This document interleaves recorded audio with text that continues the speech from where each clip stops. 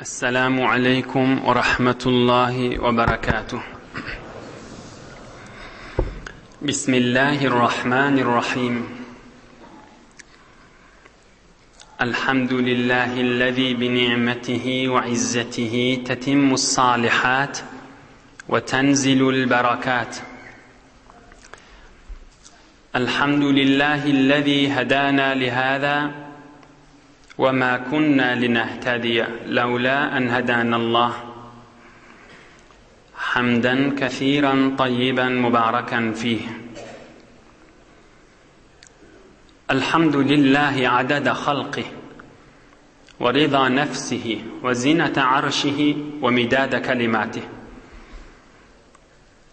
اللهم صل وسلم وبارك على حبيبنا وشفيعنا ومولانا قرة عيوننا إمام المتقين أمير الأنبياء سلطان الأولياء سندنا شفيعنا محمد النبي الأمي الأمين وعلى آله وأصحابه وأنصاره أجمعين.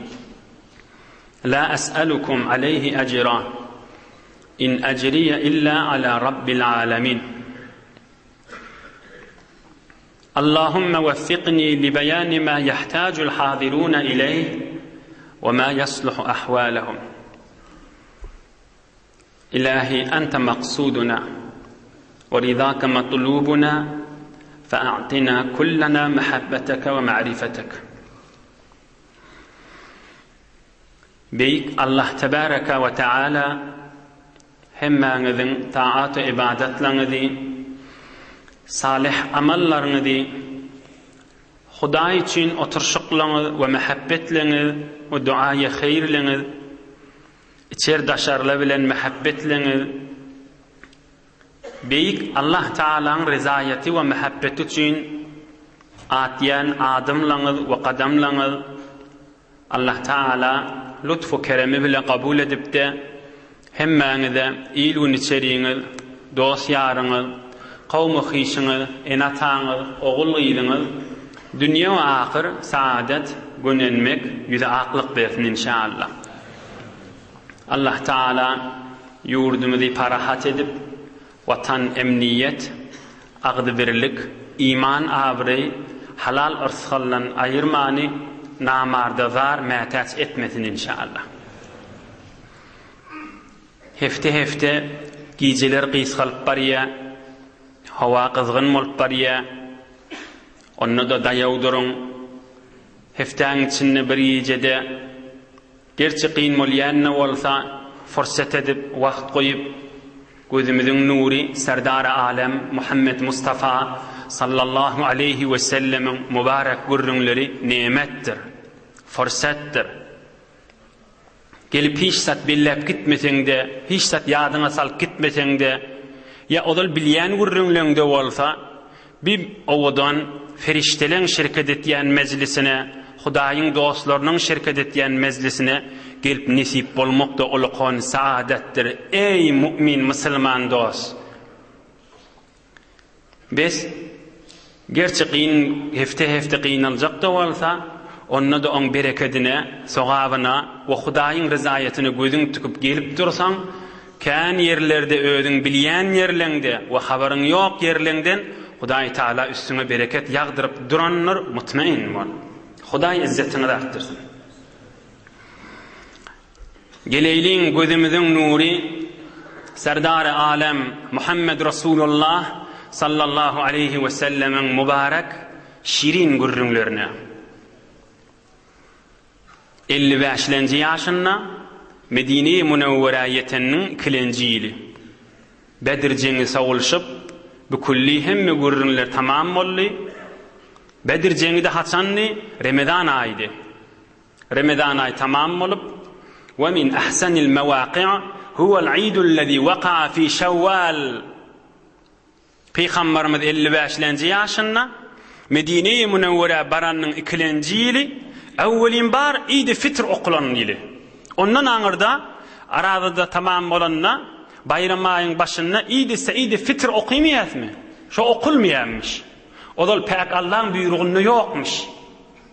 Peygamberimiz 55-nji ýaşynda Bedir jeňi tamam bolýar.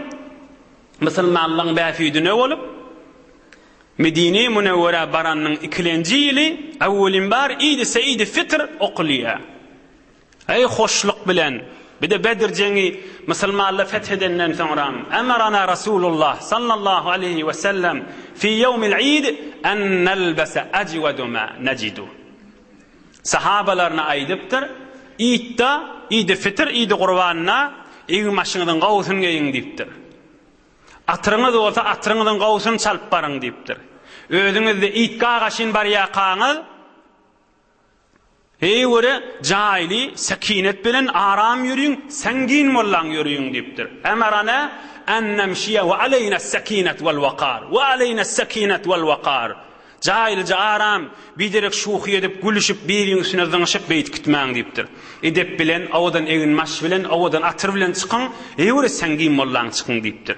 Ajap hoşluk bolupdyr musulmanlardan çyryň.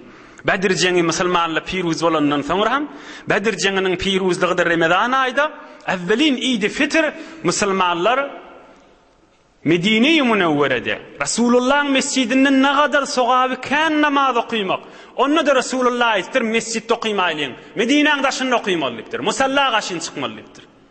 Taşaryk gaşyn şäheriň daşynda okuýalyň diýipdir. Wa kana sallallahu aleyhi ve sellem yelbesu fil Eid ahsana thiyaba. Özde Rasulullah jan egin maşlarynyň içine iň awadanny iň gelşiklerini saýlap aýt güni fark berip geýýänmişdi. Nohum şowunny arada tutmak haram diýip elam etipdir. Aýt güni arada bolmaz diýipdir. Awvelin Eid-i Fitr okulan indem meýlep ta kıyamata çeli Eid günlerde arada tutmalar diýipdir. Hoşluk güni, gülüşmek güni diýipdir Rasulullah jan. Nohum öýünden mübarek otagyndan çykypdyr. Ta Eidga barýança, Eid okuljak ýere barýança-da ýolda tekbir aýtyp gidipdir. Yitip gidipdir şu sünnet. Qurbanlykda gataýt diýmişdik, döwrewnek eşteriýaly we Eid-i Fitrde ýuwaş aýtýarmyşdyk. Allahu akbar, Allahu akbar, la ilaha illallah, wallahu akbar, Allahu akbar we lillahil hamd. Rasulullah janyň sünneti şu. Ýol boýuna aýtyp gitýärmişdik. Eid-i Fitrde de aýtýarmyşdyk, Eid-i Qurbanlykda da aýtýarmyşdyk. Eid-i Qurbanyna gataýt diýärmişdik, Eid-i Fitrde içinden aýtýarmyşdyk. Hulasa azan tekbirde aýtdyrmany awwelin Eid-i Fitr Peygamberimiz 55-nji ýaşynda jenge Bedirden soňra awwelki okulypdyr da Eid-i Fitr. Emma jengden soňra gawqulagasyň Qur'an-ı Kerim'in metlepleri ve Resulullah janyň gürrüňleri musulman adamyň bilmeli gürrüňlerinden. Ta Bedir jeňine çeli munafık diýen zat ýokmuş. Bolsa da bir gürrüňe girmändir. Munafık näme? İçinden bir tutuş anananak daşyndan musulman Qur'an okuýa, mescide barýa, Resulullah'ın ýanyna barýa, sahabalara gaçyşýa, düp anananak öýdi. Bedir jeňinden soňra şu köfelip başlapdyr. Näme üçin? Görsele musulmanlaryň izzeti galyp barýa, gawqulagasyň.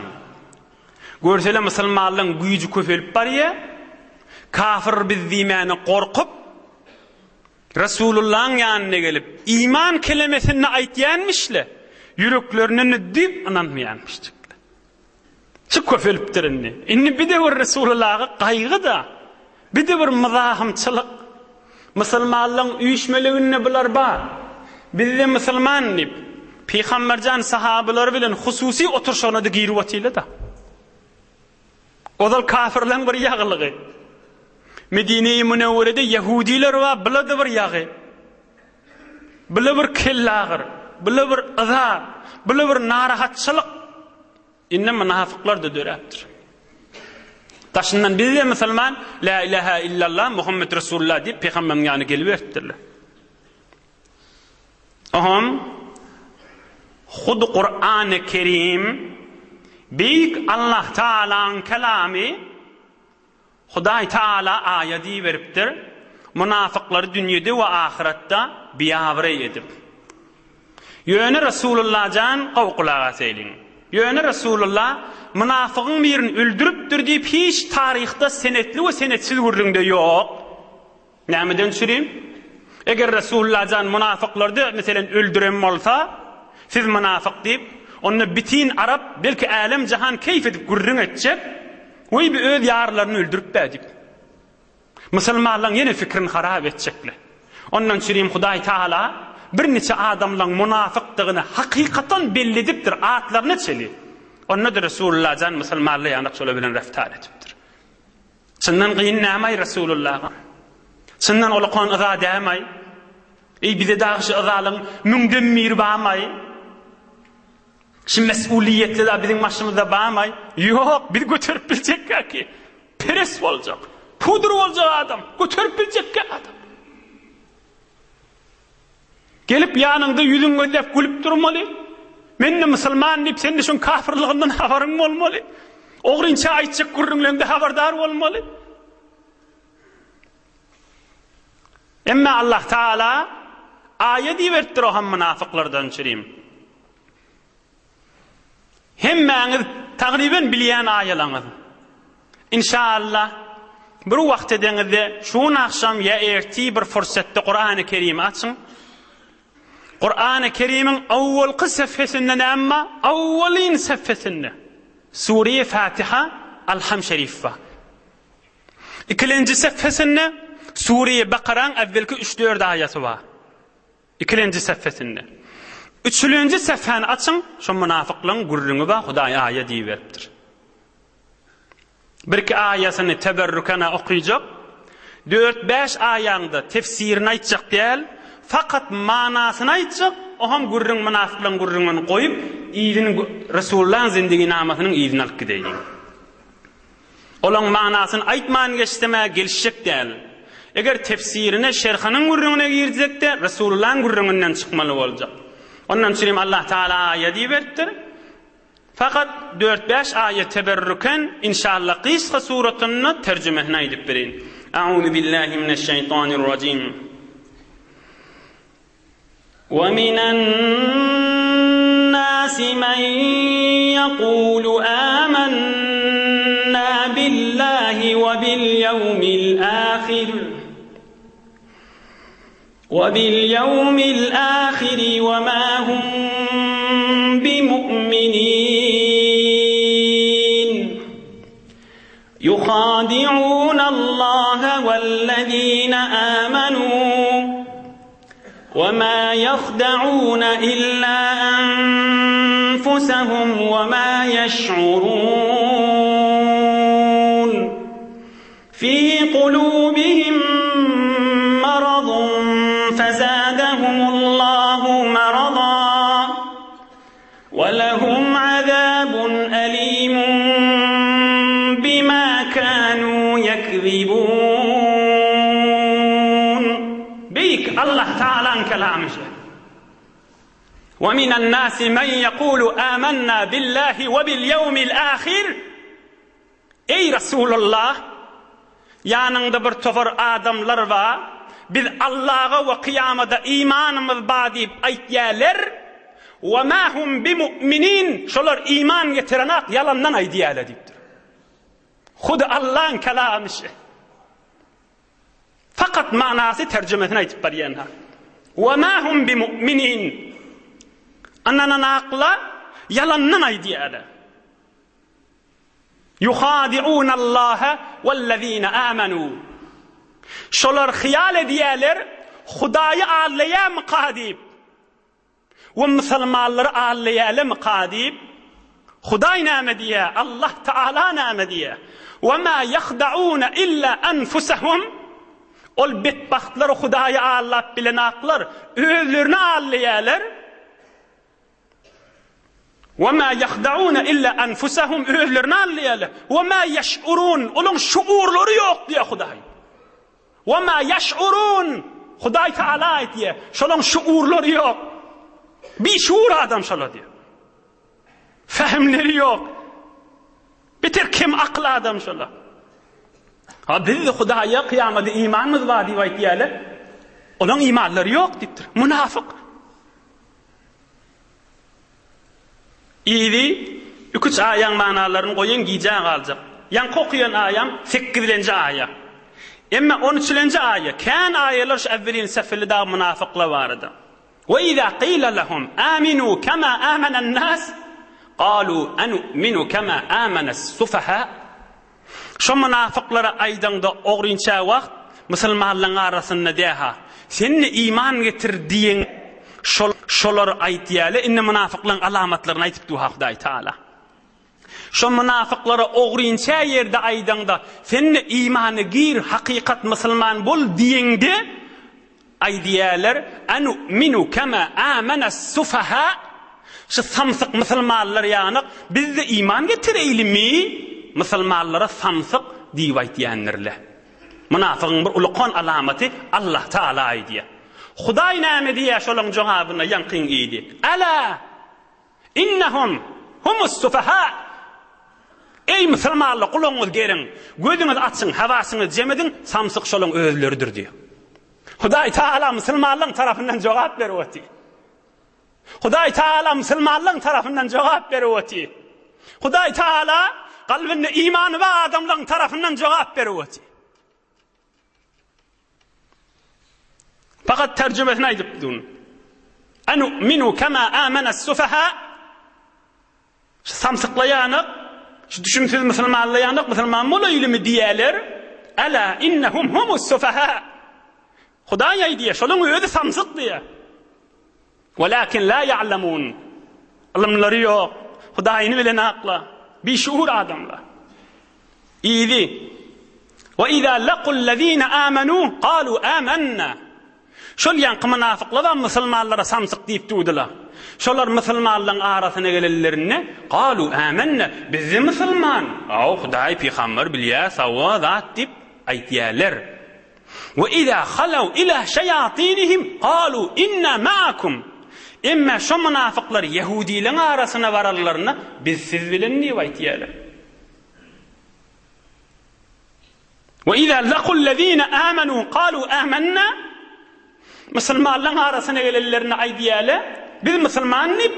Ve izâ khalav ilâ şeyatînihim. Ol şeytan olan Yahudilere halvet edellerine قالوا إنا معكم بذا سذلن إنما نحن مستهزئون بذا مسلمانların maskara edip yalandan Müslüman diyerdik diyeler. Müslüman münafıklığın alameti. Huday nâme diye iyiydi. Yankı 14. aya. 15. aya nâme. Allahu yestehzi'u bihim. Huday olan maskaralarının cevabını verecektir. Allahu yestehzi'u bihim. Müslümanlar oynayacak bulup bizi siz bilen, bize imanımız var, bize divay diyele. Oğlum Yahudilerin arasına vararlarını biz siz bilen diyele.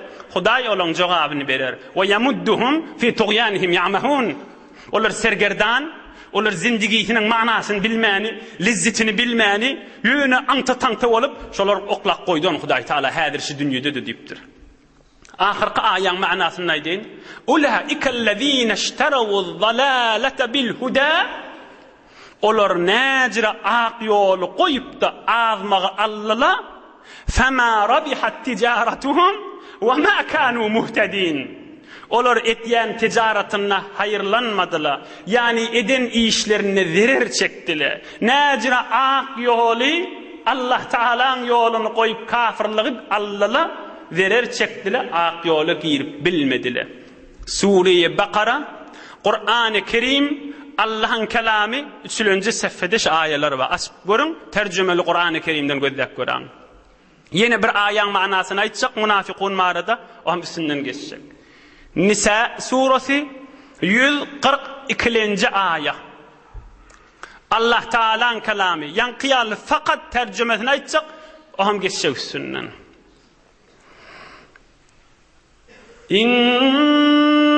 المنافقين يخادعون الله وهو خادعهم وإذا قاموا إلى الصلاة قاموا كسالى يراءون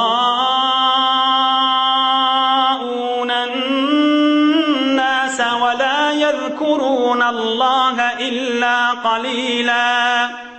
Allah'ın kelamı. Tercüme neydin?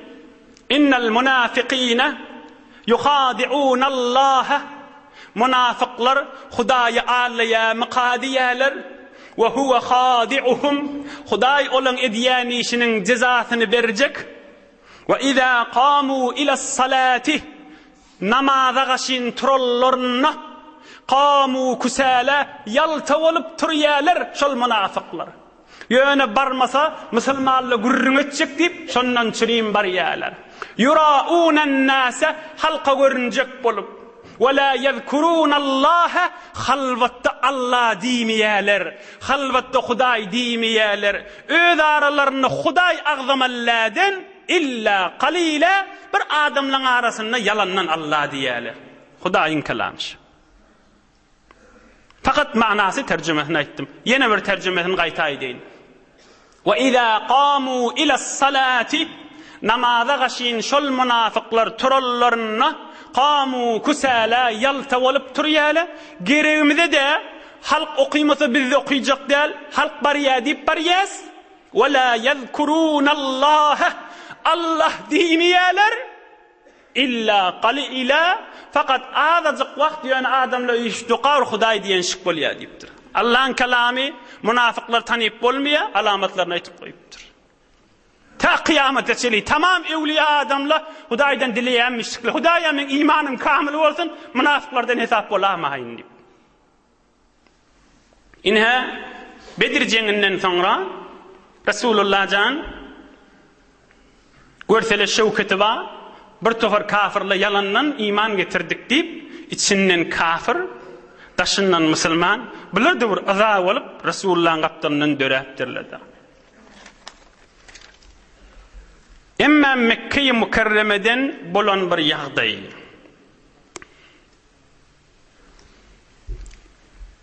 Mekke-i Mukarremede Umayr diýip bir kafiriň miri aw gulagasyn bir uzak bir qıssalaň miri senetli urun hewle ders kan içinde.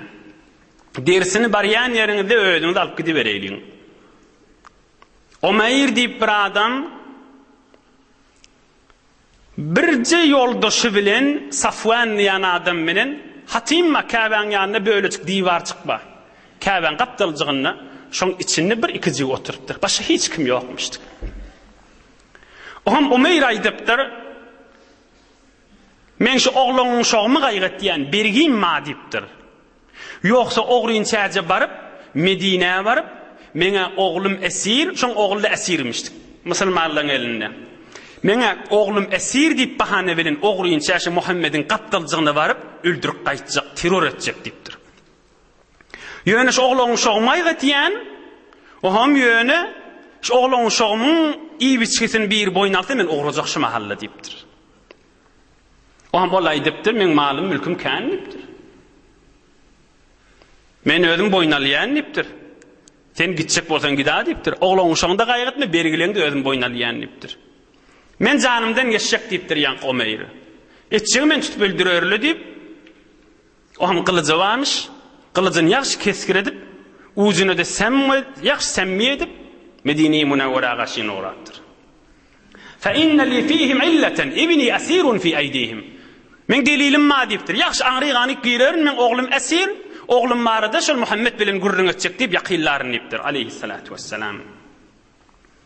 Onna hiç kime aýtmaryn ipdir. Faktum alayya şa'ni we şa'nak. Ikimiň arasynda gurrun adamyň ýanyna aýtma men ogradym diýipdir. Medine-i Munawwaraga gelipdir. Hatta qadima al-Madinata al-Munawwara fa baynama Umar al-Faruq fi nafarin min al-muslimin. Medine-i Munawwara gelip Resulullah janyň mescidiniň ýanyna atyndan ýa diýetinden düşüp ýanky kafir daňptuqa Hazrat Umar görüpdir ýanky Umayr diýen barıp Resulullah'y öldürjek bolup duran kafiri. Hazrat Umar gözläpdir aýdypdyr: "Hazal kalb aduwullah Umayr ma jaa illa li şerrin." Hazrat Umar aýdypdyr: "Şoň gelişimen gözüme ýokana gowdatdan çürüm gelmelär şo" diýipdir. Hudaý Taala ýüregine goýupdyr. Şi itin gelişi hazal kalb aduwullah. Şi it Hudaýyň düşmany, şoň gelişi uğur dälipdir. Barip elinden tutup, kılıcından tutupdyr. Ýanyňky sahabalara da aýtypdyr: Ey sahabeler, Resulullah'ın yanına olun deyipdir. Şun gelişine men ananamak fe innehu gayru ma'mun. Şun bolup dursa odan närlipdir. Şun yüzü gözün ursuz bolup qaranqılık yağya yüzünden deyipdir. Aham Resulullah sallallahu aleyhi ve selleme aydıptır. Hazreti Ömer yortup barıp ya Nebiyallah, hâzâ aduvullah Umeyr kad câ'a mutevşşihan seyfehu. Kılıcını daqınıp kafir geldi ya Resulullah näme ecada näme maslahat däme deyipdir. Resulullah can aydıptır fe adkhilhu aleyye getir bärik deyipdir. Getir bärik deyipdir. Hazreti Ömer elinden tutup kılıcından tutup Resulullah canın yanına getiripdir. Sahabalar da döwregünne. Peygamberimiz aydıptır. Ersilhu ya Ömer. Udunu ya Umeyr. Göver deyiptir, zat degme deyiptir. Ey Mekke'den gelen kafir Umeyr, berrak gel men yakınjığımda tur deyiptir Resulullah can. Onun Peygamberimiz aydıptır. Peygamberimizden önce el ayağı göverilsen Resulullah'ın yanına gelip aydıptır. İn'amu sabahan qawqlasın. İn'amu sabahan. Esselamu aleyküm dönünçak in'amu sabahan. Ertiniz hayırlı olsun deyiptir Resulullah cana. Peygamberimiz aydıptır. İn'amu sabahan dönünçak ey Umeyr, Allah Teala bile cennetin ehlinin salamını verdi. Bizim aramızda ertin hayırlı olsun. Esselamu aleyküm ve rahmetullah'dan sonra maydılmalı deyiptir. İn'amu sabahan. Hay sağman ördün mü ya birzat? Ondan önce salam ortağıklı deyiptir. Huday Teala biz Müslümanlar fiiledi. Biri-birimde sataşamızda Hudayın adı olan salam aydılmalı deyiptir. Esselamu aleyküm. Bisselam tahiyyeti ehlil cennet. Tahiyyeti ehlil cennet. Cennetin içindeki adamla biri-birine ziyaret ederlerine Esselamu aleyküm diyeler. Şunu Huday Teala bize şu dünyada verdi deyiptir. Bizimki o değerliptir. Evvel esselamu aleyküm ve rahmetullah. Sonra başa vurduğun malda. Aham Peygamberimiz aydıptır. Fema ca'a bike ya Umeyr. Doğru ayet näme dönçürüň geldin deyiptir. Onu olaydıptır. Men oğlum sizin elinizde esir şo barada geldim, gurrun etjek deyiptir. Şonu azad etsen ya falan şo barada gurrun etjek, qawlyk etseňiz. Peygamberimiz aydıptır. Fema balus seyfi. Kılıcı näme daqınıp geldin deyipdir. Onu yöne alıp qaytdım deyipdir. Yöne kılıcın elinden näme geljek deyipdir. Bir sahabalar döwreginde Cengi Bedir'de kılıcın elinden näme geldi deyipdir. Hiç de kılıcın elinden daq gelmez ki yöne geldim deyipdir. Aham Peygamberimiz qayta soraptır. Usduqni mellezi ji'te bih. Doğru ayet näme deyip geldin deyipdir. Odol gelişi Resulullah'ı öldürüyün deyip gelýärdi da. Resulullah can qayta soraptır. Doğru ayet näme deyip geldin deyipdir. Ma ji'tu illa lidalik. Yo faqat oğlumdan çürüyüm geldim deyipdir. Aham Peygamberimiz joşup aydypdyr. Bel qa'atta anta ve Safwan fil hajar. Alladın deyipdir.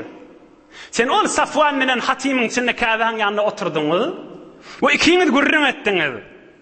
Sen aýtdyň men bergiyim ma ýoksa Muhammedi barıp öldürjek diýdiň. Oham ol Safwan aýtdy bergiňi özüm boýnalayyn diýip aýtdy. Sen de bergiyim boýnalsaň barıp Muhammedi öldüreýin diýip aýtdyň. Wallah hailun beyni we beyne zalik. Allah Teala sen menen etjek işiň arasyna düşüpdi etmeýän Hudaý Teala diýipdir. Wallahu Teala hailun beyneke ve beyne zalik. O pus hıyallar çıkar kelläňden diýipdir. Allah Teala icazet vermeýär sana bir iş etmäňi diýipdir. Umeyr kafir anta tanta olup aýdypdyr. Eşhedü enneke la Rasulullah. Men and etýän hak Allah'ın ýiberen peýgamberi sen. Biz odal sana inanmardyk. Kur'an-ı Kerim okuýardyň. Beýik Allah'dan habarlary getirerdin, yalanlar diýerdik. Ya Resulallah, Allah bilen ant bolsun men şu gurruňymy fakat Safwan'ı kimi gurrun etdik. Eger beýik Allah Taala sana habar bermese sen hiç yerden bilmeller şu gurruňy diýipdir.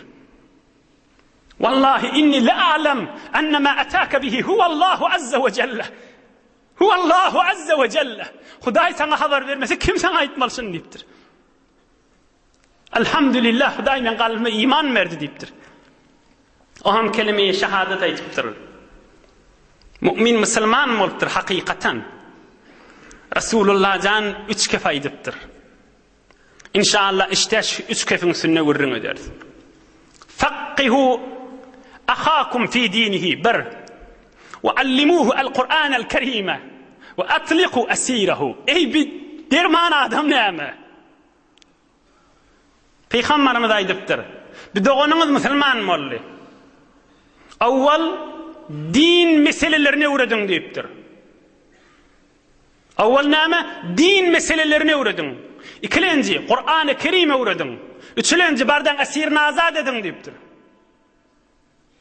Bir doğununuzun esirini oğluna azad edin deyiptir.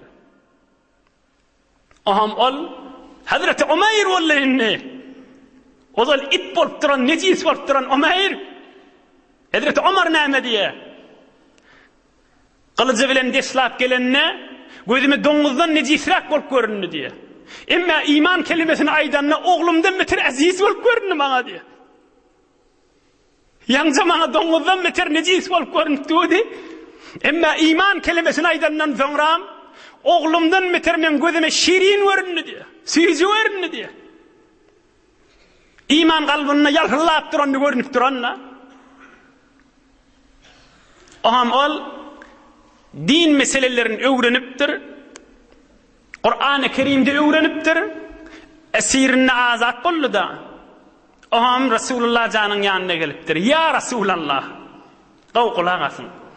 İnni kuntu cahiden ala itfa'i nurillahi azza ve celle. Ve kuntu şedidel adha limen kana ala dinillahi azza ve celle. Ya Resulallah, men ozal beter biderek adamdım. İslam'ın tersine kan zahmet çektim. Müslümanlara kan zarar yetirdim, ıza verdim deyiptir. Zın attılan ıza verip oturdum, ızalı keple bilen deyiptir. İnni din meselelerinden kan zat öğrendim. Kur'an-ı Kerim öğrendim. Bana icazet ver, şu günahlarım yugulmadan çüreyim. Qayta Mekke-i Mükerreme varayım. Men şu kafirler dine kaşın çağırayım. Belki bir neçe neferim men elim Müslüman mı olsun? Müslüman bulmasa da o da Müslümanlara ıza veriyedim. Şu Müslüman bulyansa inni zın et başından savulmayın şolan deyiptir. Bana icazet ver, men Mekke'ye gideyim ne deyiptir. Yüreğim vicdanım narahat deyiptir. Günahlarım yuvulmadan çüreyim. Ünkü azalam, ünkü zahmetlemin beraberine inni dine zahmet çekeyim, kafirlerin başına düşeyim deyiptir. Bana icazet versen deyiptir.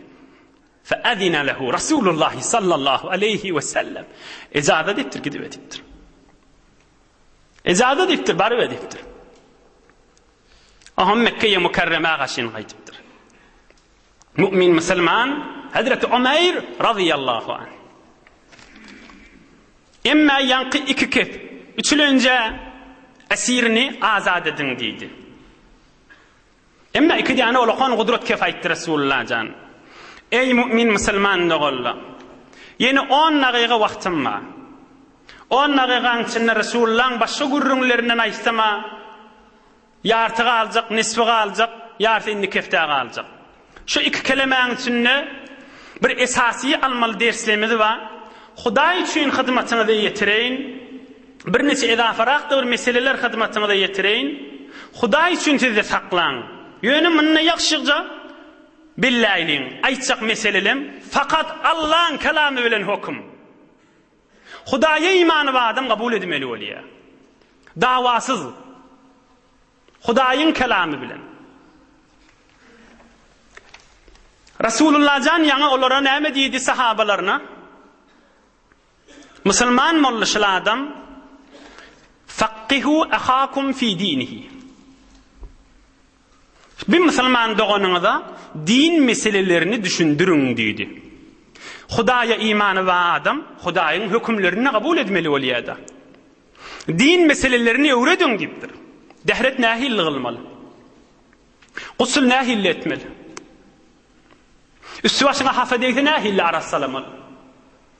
Allah'ın azamatının beraberine namaz okuyacak olsan nahil okuymalı. Malından garip doğuncun hakkın verecek olsan nahil vermeli. Ramazan ayı arada tutacak bolanda meseleler nahilli, din meseleleri şula. Hac edecek bolyan, hacın meseleleri nahilli. Öylenecek bolyan, nikah meseleleri nahilli. Erhileyin vazifesi näme? Nikah meselesi. Muamele edecek bolyan, muamelalan meseleleri nahilli. O Hudaý edmesin erheley oňuşmasa, erheleyin arasy açyljak bolsa, bagışlan talak mesele barjak bolsa, talagın meselesi nähilli? Talak diýen näme? Resulullah'dan evvelin aydan kefişi. Ey Müslümanlar! Resulullah aýdypdyr, "Awwal mesele öwredin, izinden Kur'an öwredin" diýipdir. "Fakkihu ahakum fi dinihi ve allimuhu al-Qur'anal Kerime."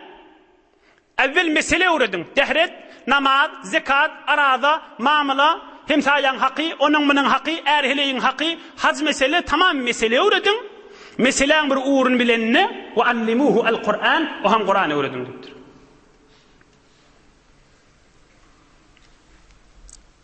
Namazın meger ödünün tertibi yok mu? Tertibi var.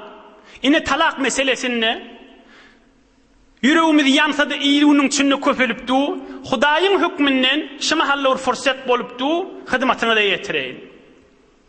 Bir erheley, nahille erheley bolaya, Hudaýyň adyny tutup, Resulullah'ın sünneti diýip nikah gylýar, erheley bolýar. Şon söýýän zat näme? Talak diýip aýdylýan zat şon söýýär. Hudaý Taala Kur'an-ı Kerim'de aýdýar: "Fe in tallaqaha fela tahillu lehu min ba'du hatta tankiha zawjan gayra." Hud Allah Zülcelal'ın kelamı. Sure-i Bakara 230-njy aýat. Fakat terjemesini aýtjak. "Fe in tallaqaha" eger zenanasynyň 3-nji talagyny berse, fela tahillu lehu inni erine o zenana halal däl. Min ba'du inni demmeylep hatta tenkiha zawjan gayra başka ere da kılmasa. Allah'ın kelamı. Men qaharma aýtdym, men ýeke aýtdym, men şaýedym ýok, men mobaýlydan aýtdym, men gorkujak bolup aýtdym, ýa men talan edip aýtdym, men şuhydan aýtdym, men başga zat diýdim, men talak diýemek, men oňa meňdeş bir kelime aýtdym we falan aýtdym. Hudaýyň kelamy ýörüýin beli. Mümin musulman adam ine şana diýäle meseleni bilmek. Aýtjak bolýanym ey musulmanlar.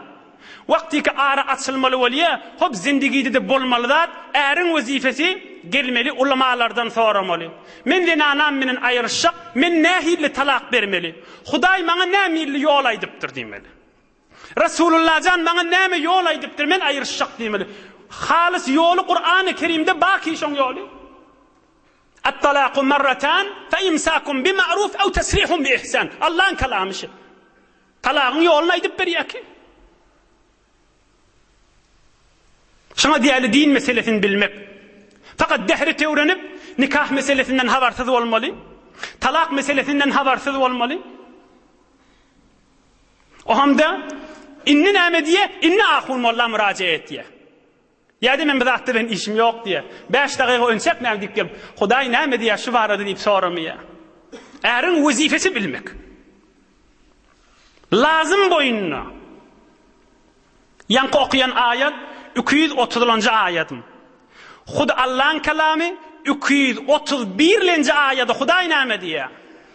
"Wa la tattakhidhu ayatillahi huzwa." Allah'ın kelamı. Hudaýyň aýatyny maskara edamaň, talagy maskara tutunamaň diýär.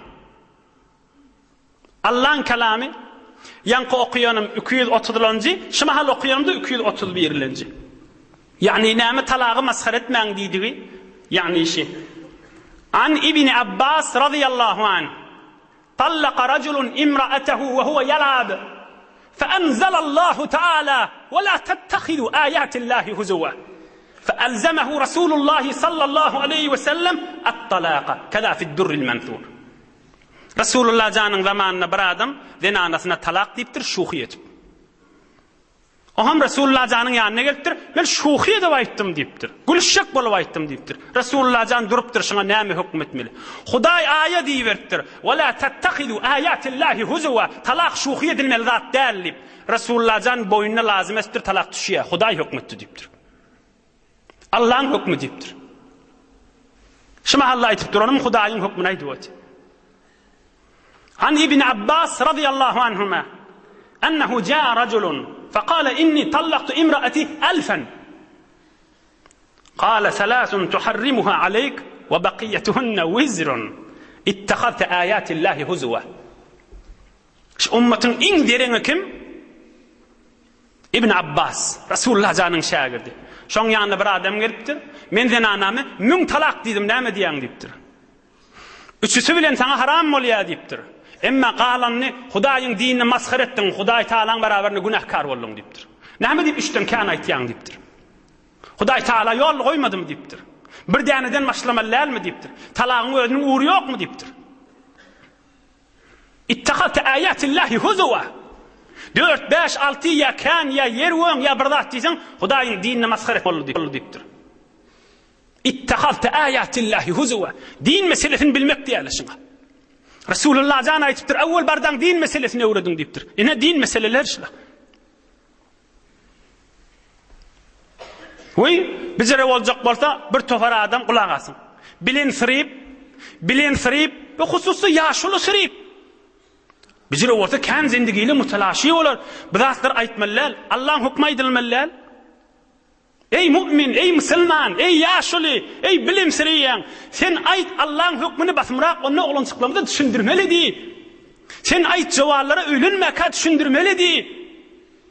Sen aýt eger müň menen Hudaý haram diýen bolsa, talakdan soňram ýene ýaşalsa öýüň bereketi bolmazdy.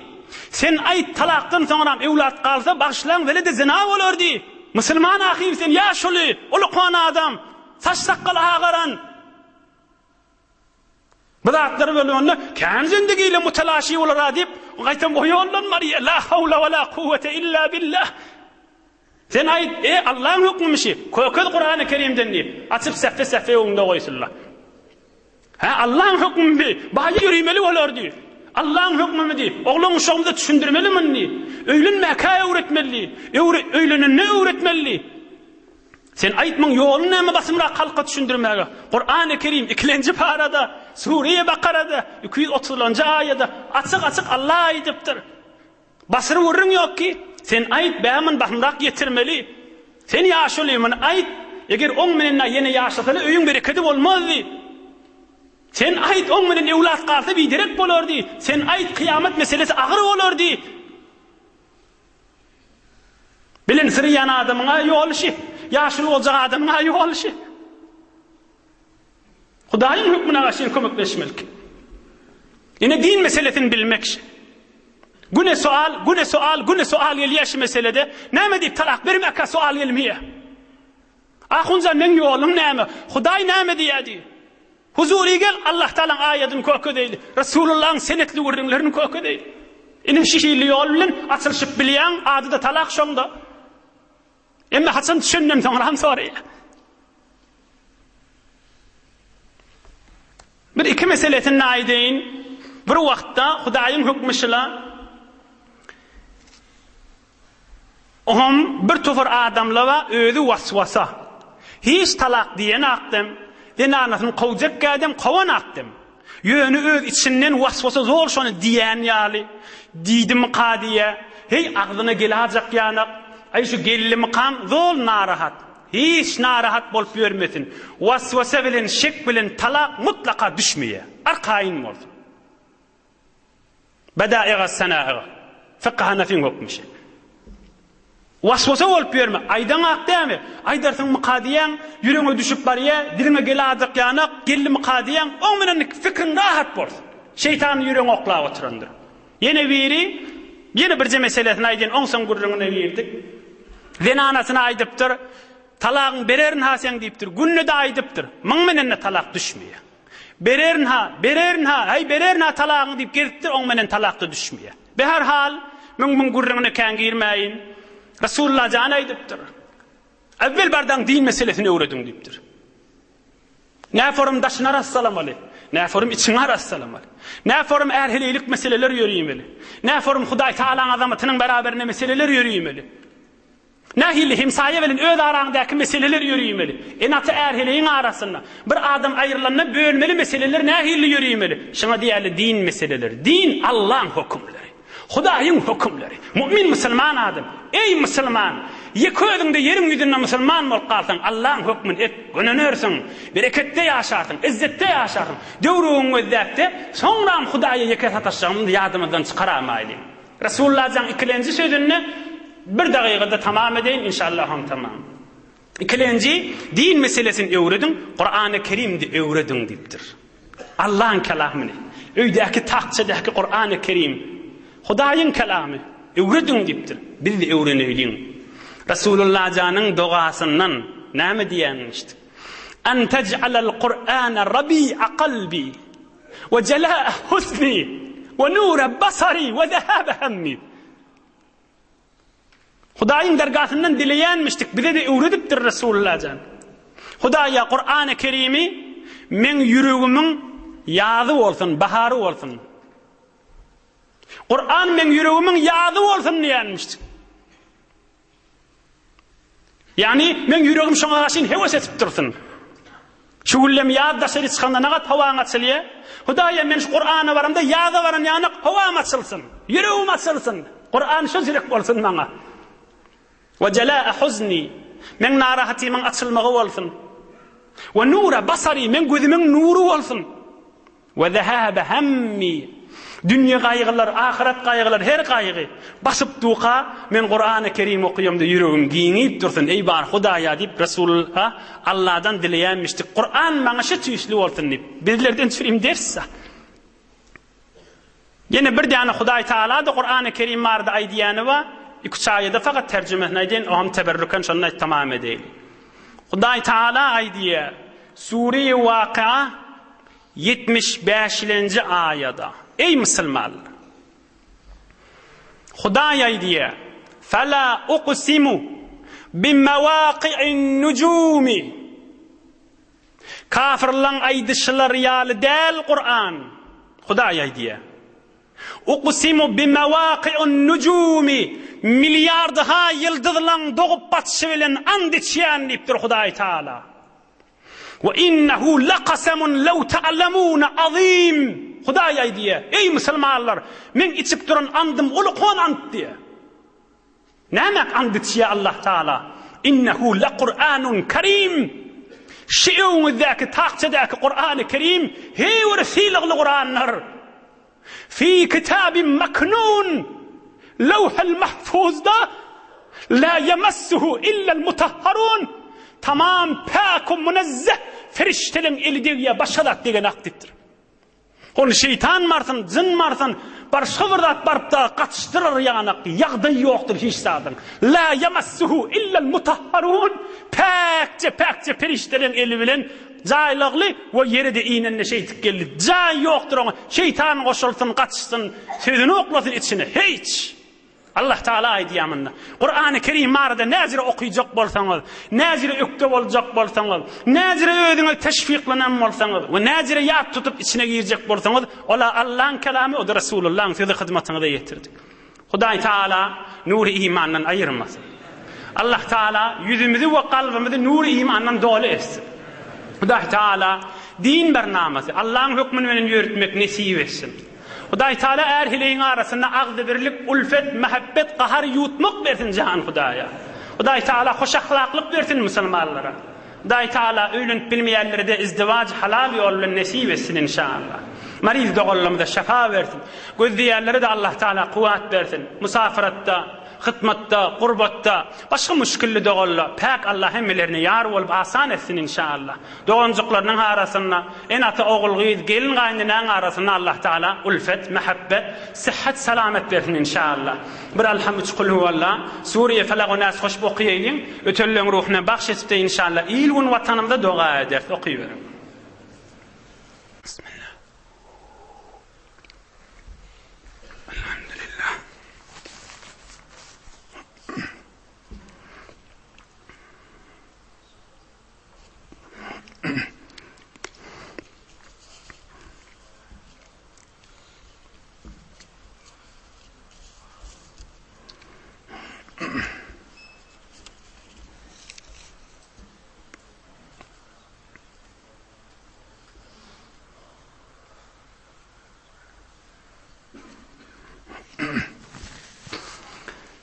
سبحان ربك رب العزة عما يصفون وسلام على المرسلين والحمد لله رب العالمين. Pira ilahi amin. İlahi amin. Marizimiz vadiptirle dua edor. İlahi amin. إلهي آمين إلهي آمين içeride daşarda İlgun vatanımıza marir doğullara İlahi amin. Öynde bimarstanına İlahi amin.